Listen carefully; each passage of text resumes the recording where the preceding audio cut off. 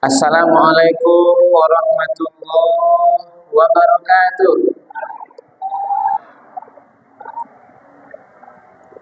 Alhamdulillahirabbil alamin alladzi anzala as-sakinata fi qulubil mu'minin. Asyhadu an la ilaha illallah wahdahu la syarikalah wa asyhadu anna Muhammadan abduhu wa rasuluh sallallahu alaihi wasallam la nabiyya ba'dah. Faqala Allah Ta'ala fil Qur'anil Karim. A'udzu billahi minasy syaithanir rajim. Bismillahirrahmanirrahim. Innal ladzina ya'kuluna amwalal yatama zulman innama ya'kuluna fi butunihim nara wa sayaslawna sa'ira. Shadaqallahul azim. Bapak-bapak, ibu-ibu, hadirin kaum muslimin, jemaah salat tarawih yang dimuliakan Allah, anak-anak kami yang masih hadir malam hari ini, yang siap dengan buku catatannya kami lihat, yang dimuliakan Allah. Marilah kita terlebih dahulu menyampaikan kalimat puji dan syukur. Alhamdulillah. Segala puji bagi Allah Tuhan semesta alam, karena pada malam Ramadan yang ke-24, ya Pak Ibu? Iya Pak Ibu. Ibu kurang tenang kan masih ada di belakang. Nah, kalau bertanya Ustaz tolong jalan jawab. Jadi boleh sama komunikasi ya. Pak Mak? Lah dulu limu Mak. Oh ya biarlah Mak. Dulu pertama ya. Pokoknya alhamdulillah malam hari kau kita siap-siap sadonya. Kan siap sadonya Pak Ibu.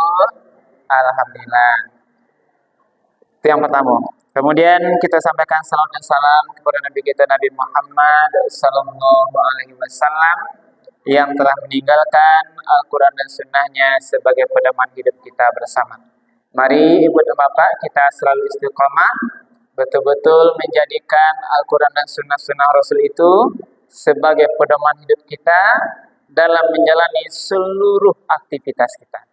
Apapun yang wak karajuan, dimapun wak bakarajo, kapanpun waktunya, jangan sampai Al-Quran dan Sunnah-Sunnah Rasul itu kita tinggal.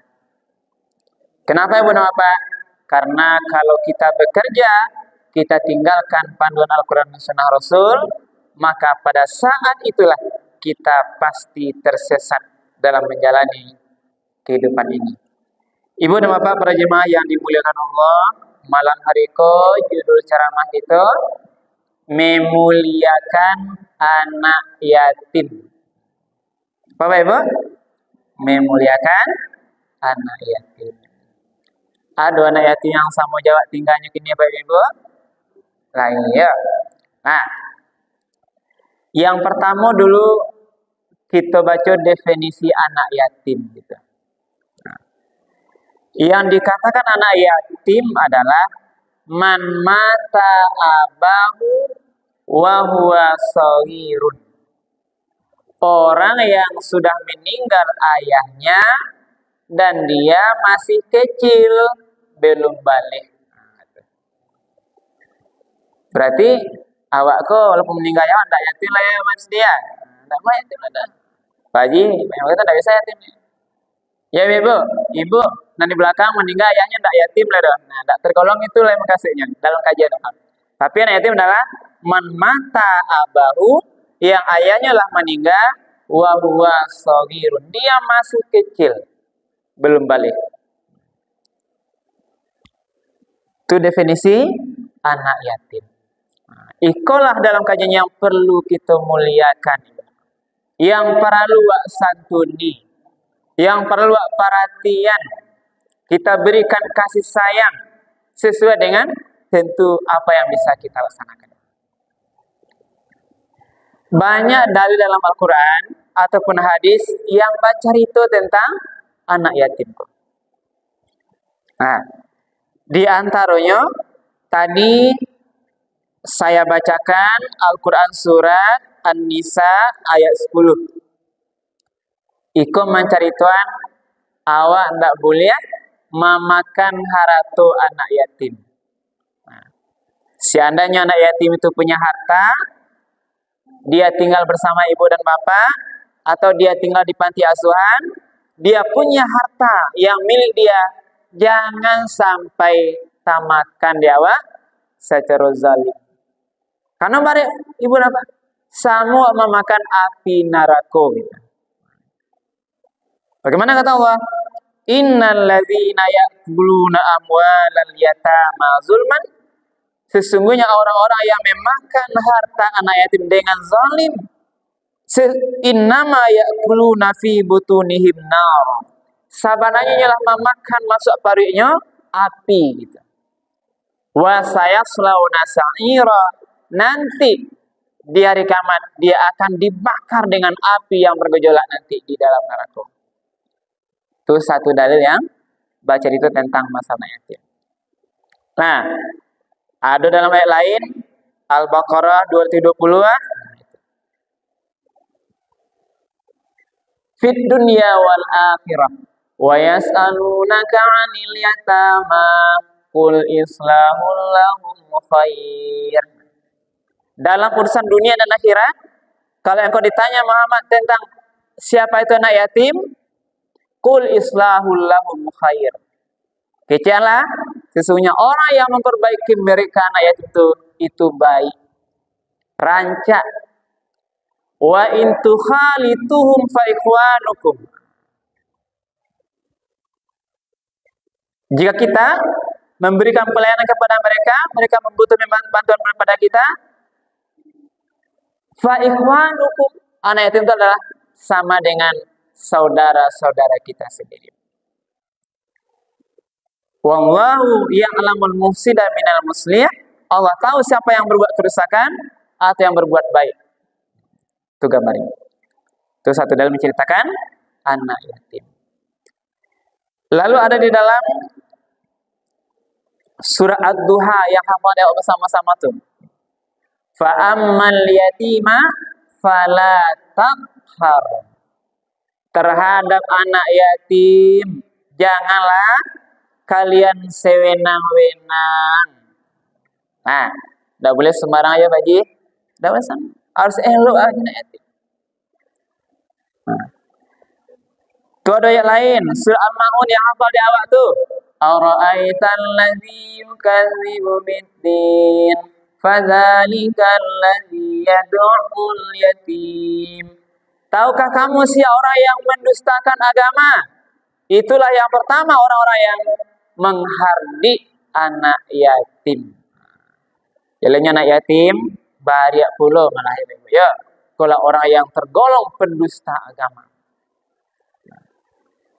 Jadi banyak dari lain menceritakan bagaimana kita harus memuliakan anak yatim.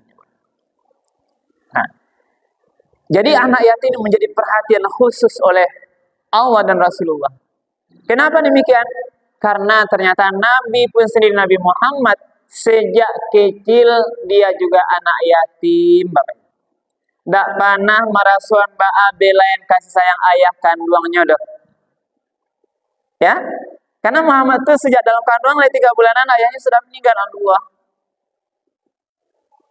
Makanya ini perhatian khusus anak yatim.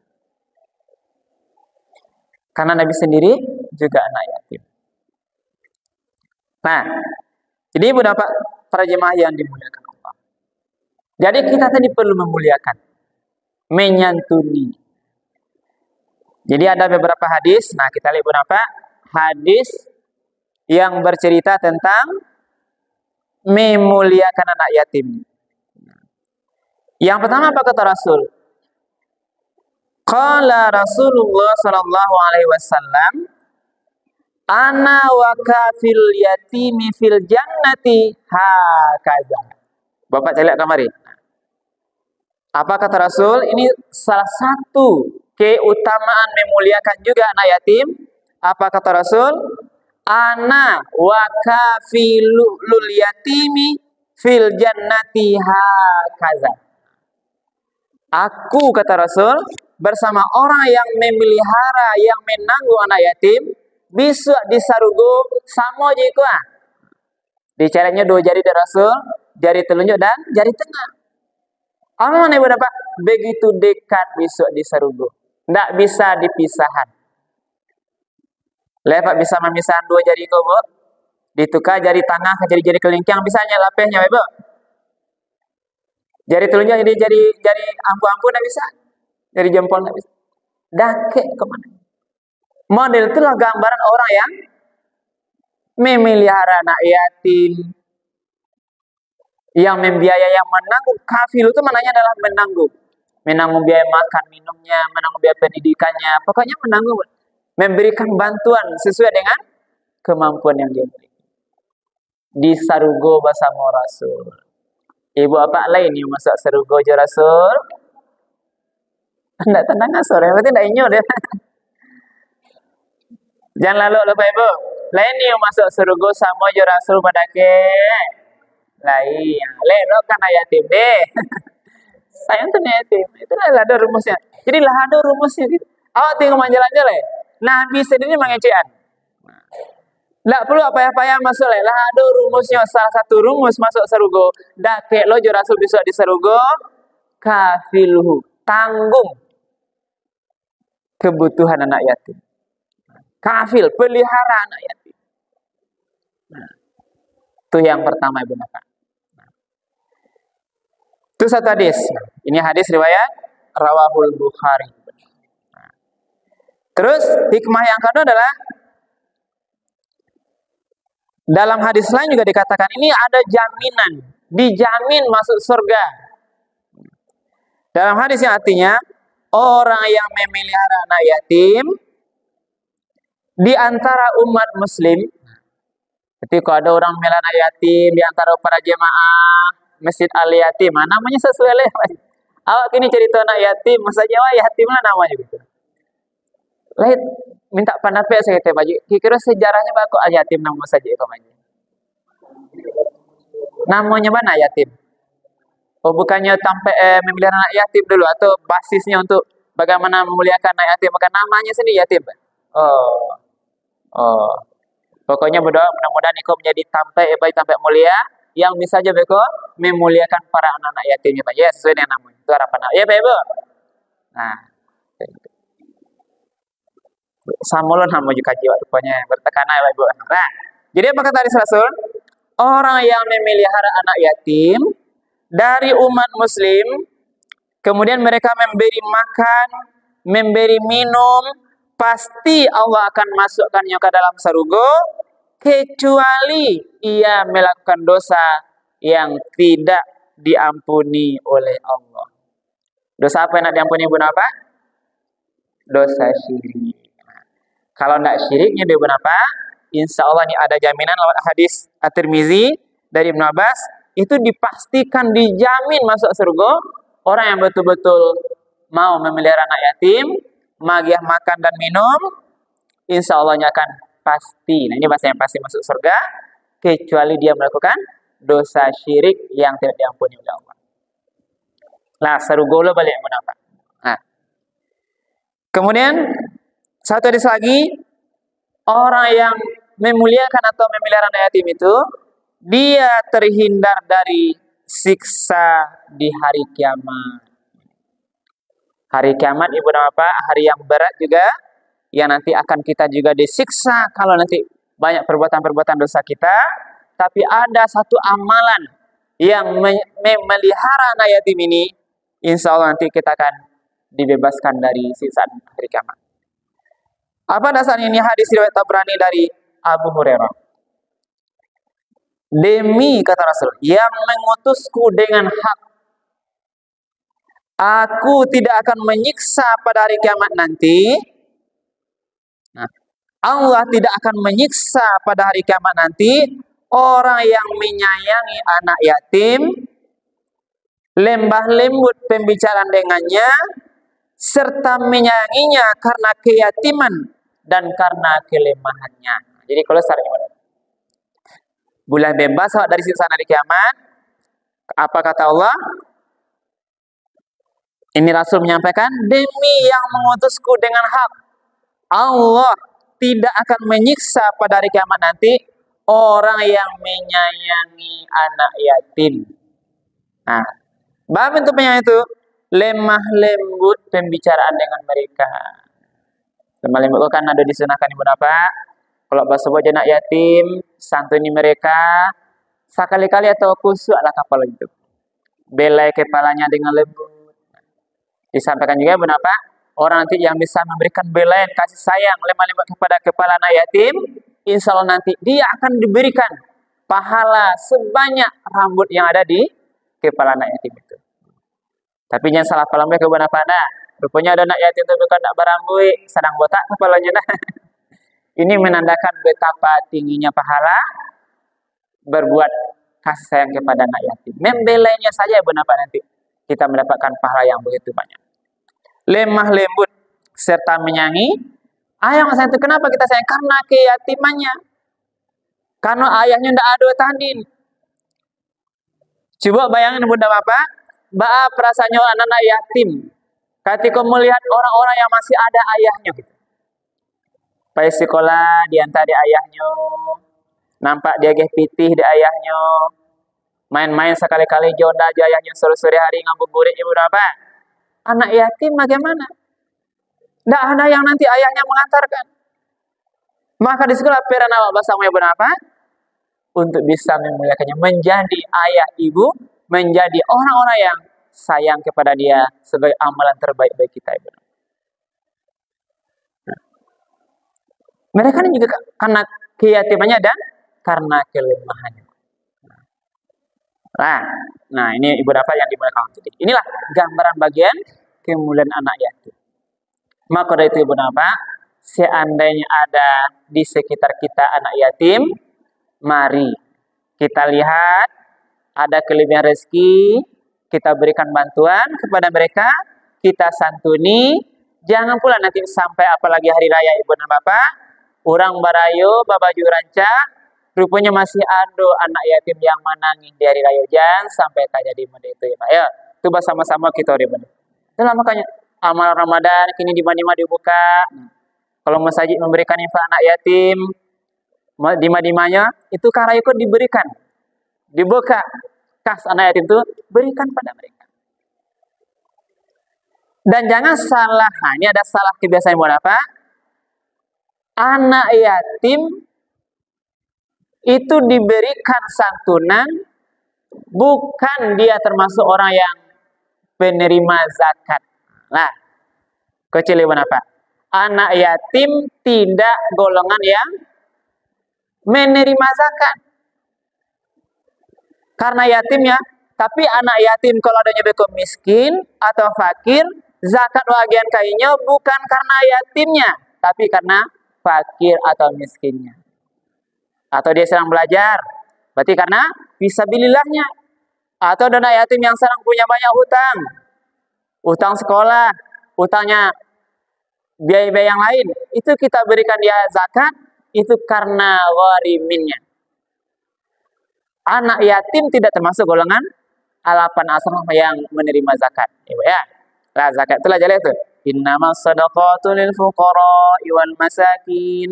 Zakat itu hanyalah untuk orang fakir, orang miskin, wal amilina 'alaiha wal mu'allafati qulubuhum. Amil dan mu'alaf orang yang bermusik Islam. Wal gharimina wa ibnis sabil. Gharim orang yang berhutang tadi, ibnu sabil fi sabilillah. Itulah orang-orang yang lapar. Wal mu'allafati qulubuhum wa fir riqabi wal gharimin. Para budak dan orang yang punya hutang. Wa fi sabilillahi wa ibnis sabil. Orang yang dalam perjalanan, nah fi sabilillah berjuang di jalan Allah, kemudian juga ibnu sabil yang dalam perjalanan. Itulah 8 yang berhak menerima zakat, tidak termasuk yatim di sini. Karena yatimnya gitu. Tapi kalau dia anak yatim yang fakir miskin ya Ibu Bapak, silahkan kita berikan berarti 2 di sana tampaknya. Ya, tapi kalau uang zakat berarti karena yatimnya, karena fakir atau miskinnya, tapi kalau santunan lain itu karena yatimnya. Nah, itu Ibu Bapak, bagian-bagian aturan agama kita. Yang penting, mari Ibu Bapak kita sama-sama bersama untuk memuliakan anak yatim ini karena betapa besar gadang pahalanya. Tidak hanya urusan kita di dunia, insya Allah nanti Ibu Bapak dengan santunan yang kita berikan itu, Allah berikan keberkahan rezeki kepada kita. Rasa kio yang ada itu nanti mudah-mudahan Allah tambah berlipat-lipat ganda. Karena tadi kita memuliakan, memberikan santunan kepada anak yatim. Terakhir, ada satu hadis menyampaikan Ibu dan Bapak, membedakan rumah yang paling mulia di rumah yang paling hina. Nah, rumah yang paling rancak, kalau kenapa Ibu, rumah Bu? Rancak atonya, rancak keramiknya, rancak desainnya itu baik Ibu apa? Tapi pakai hadis Nabi. Rumah yang paling mulia, yang paling rancak adalah rumah yang di dalamnya ada anak yatim, tetapi anak yatim ini dia senang bahagia di rumah itu. Jelas Pak Ibu? Itu rumah yang paling rancak. Tidak rumah yang baca dari karayo, baca rancak-rancak, karayo pakai pagar tidak. Rumah yang paling rancak, rumah yang di dalamnya ada anak yatim, tetapi dia dimuliakan, disantuni, senang dia bahagia di rumah itu. Sebaliknya, rumah yang paling hina, yang paling buruk adalah rumah yang di dalamnya ada anak yatim, tetapi anak yatim di rumah itu terzalimi. Acuk di situ dizalimi, disuruh-suruh, dipaksa, dimarahi, dihardik, dan sebagainya. Itulah rumah yang paling merancak. Jadi kita silakan beli Ibu Bapak, seandainya ada kita bersama anak yatim, mari kita muliakan. Mudah-mudahan rumah kita menjadi rumah yang mulia dalam pandangan Allah Subhanahu wa taala. Amin. Ya rabbal alamin. Mungkin itu Ibu Bapak yang dapat kami sampaikan. Terima kasih atas segala perhatiannya dan banyak maaf atas segala hal yang telah berkenan. Kami akhiri, banyak maaf. Subhanakallah bihamdika asyhadu an la ilaha illa anta astaghfiruka wa atubu ilaik. Billahi taufiq wal hidayah. Wassalamualaikum warahmatullahi wabarakatuh.